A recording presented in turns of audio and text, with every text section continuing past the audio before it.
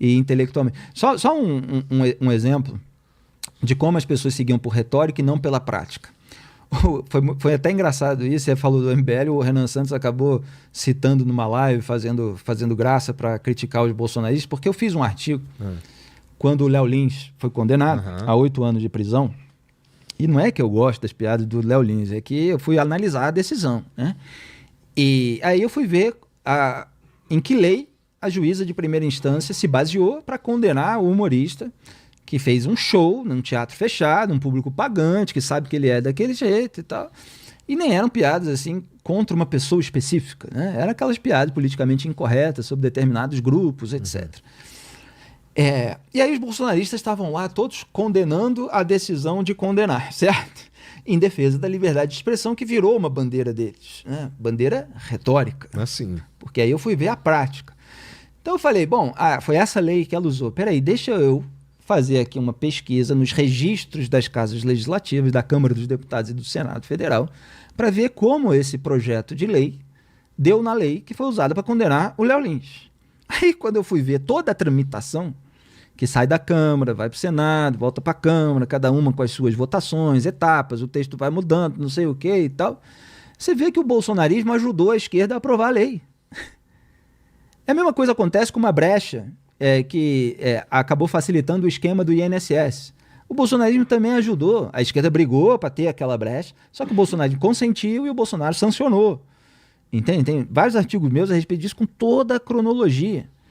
Então, o bolsonarismo, na hora que tem que fazer o trabalho legislativo, que é o trabalho para o qual ele é eleito, para o qual ele é pago, não é para ficar na rede social, né? Em que eles deveriam estar zelando por aquilo que eles dizem defender, que é a liberdade de expressão, eles foram lá e orientaram sim.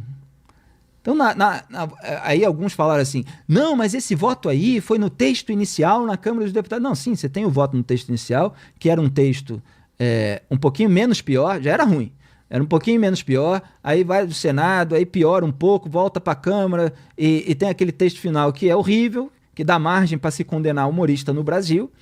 E no texto final você tem orientação sim do PL, orientação sim, sabe de quem? Do governo Bolsonaro. Bom. E aí tudo aprovado, com votos com orientação sim do bolsonarismo e da esquerda. Então eles estão juntos lá em um monte de coisa. Isso que eu falei da impunidade, estavam juntos em um monte de votação.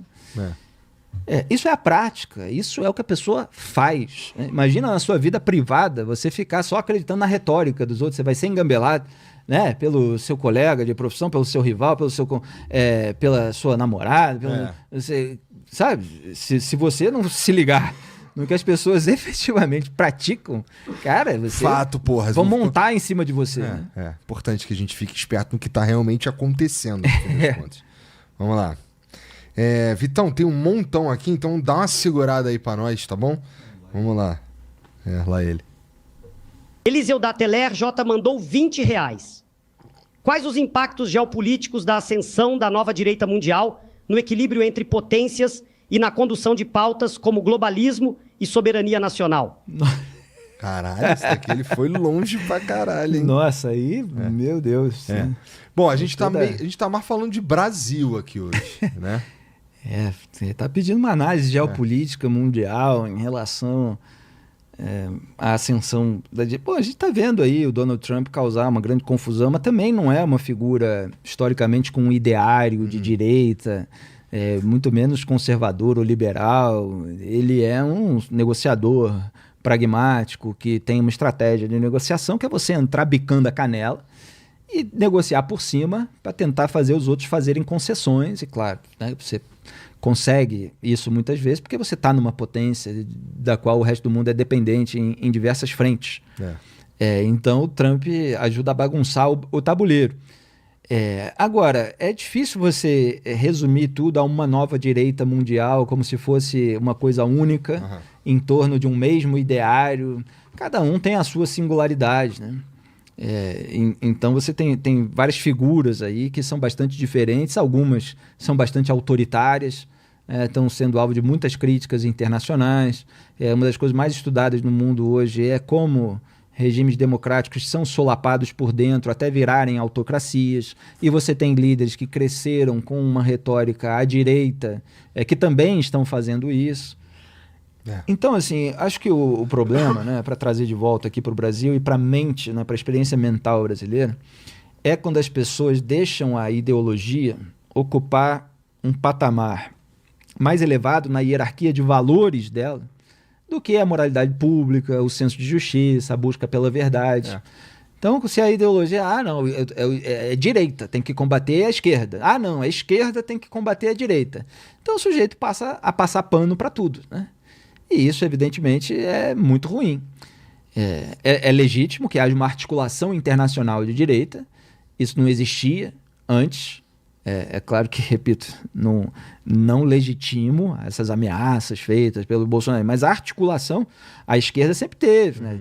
O Foro de São Paulo, lá, criado em 1990 pelo Lula, pelo Partido Comunista Cubano, Fidel Castro, eles sempre se articularam aqui para fazer frente, inclusive, ao que eles chamavam do imperialismo yankee, etc.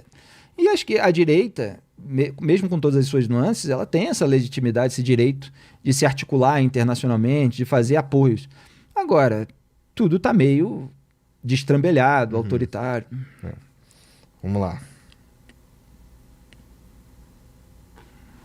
Cairo Benevides mandou R$20.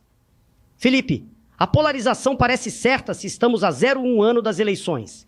Você acredita teremos um nome forte liberal na economia e corajoso para resolvermos a criminalidade, o judiciário e a corrupção? Nossa, isso aí cada um é um projeto de um mandato, né? Olha, eu acho bom que tenha, né?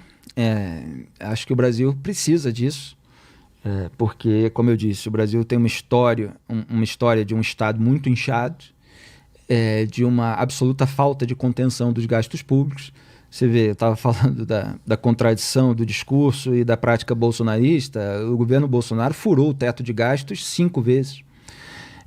E o governo Lula continua fazendo gambiarras agora com a ajuda do STF. Então o Flávio Dino vai lá e dá uma decisão de que pode ter um crédito extraordinário para o Lula gastar com alguma coisa fora do teto de gastos. E aí você não tem... né? Exato, então você vai aumentando imposto porque você não quer cortar gastos.